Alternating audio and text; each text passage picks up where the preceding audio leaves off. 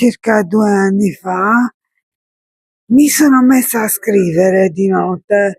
e in 2 giorni ho completato una monografia che è stata premiata con la sua stessa realizzazione.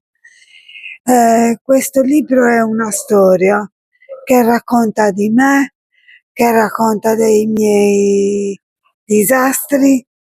che racconta della mia vita, che racconta della mia rivincita,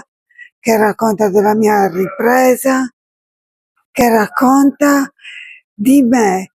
tutto il possibile, sia i problemi che le gioie, perché è capitato a 3 anni fa che ho avuto un incidente molto brutto e sono ancora che mi sento miracolata, e questo perché mi davano per spacciata, invece sono viva e continuo a scrivere dalla tenera età che continuo a scrivere.